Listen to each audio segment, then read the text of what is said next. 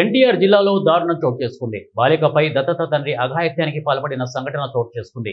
బీసన్నపేట మండలం తాతకుంట్ల గ్రామానికి చెందిన మైనర్ బాలికపై Sridevi charitable trust founder Kesineni Ramesh పలుమార్లు లైంగిక దాడికి పాల్పడినాడు. బాలిక గర్భం దాల్చగా బలవంతంగా ఓ ప్రైవేట్ ఆసుపత్రిలో ఓ అబార్షన్ చేయించాడు.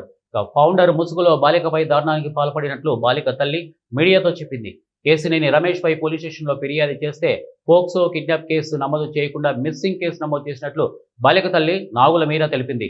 రమేష్ ను అరెస్ట్ చేసి న్యాయం చేయాలని బాలిక తల్లి ఆవేదన వ్యక్తం చేస్తోంది.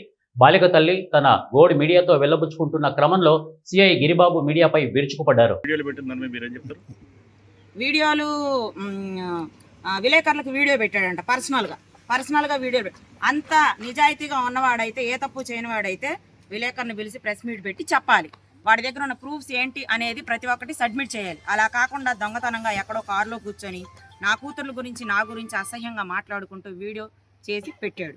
అది కూడా నేను నా క్యారెక్టర్ గురించి తప్పుగా మాట్లాడినందుకు వాడిని ప్రెస్ మీట్ పెట్టి ప్రశ్నించాలి. వాడైతే బయట ఉండడానికి వీల్లేదు. నా చుట్టాలు నాకు సహకరించినందుకు వాళ్ళు 5 కోట్లు డిమాండ్ చేశారు నన్ను అని చెప్పి వాళ్ళ మీద కూడా అబండాలు వేశాడు. 5 కోట్ల డిమాండ్ అంటే ఒక ఆడది, ఎస్సీ కులానికి చెందిన ఆడది, దిక్కుమొక్కు లేని ఆడది, నా కూతురు మిస్ పోయిందని కేసినేని రమేష్ అనేవాడు ఎత్తుకెళ్ళాడని నేను కంప్లైంట్ పెడితే నాకు సహకరించిన వాళ్ళ మీద వాడు అబండాలు వేయడానికి గల కారణం ఏంటి?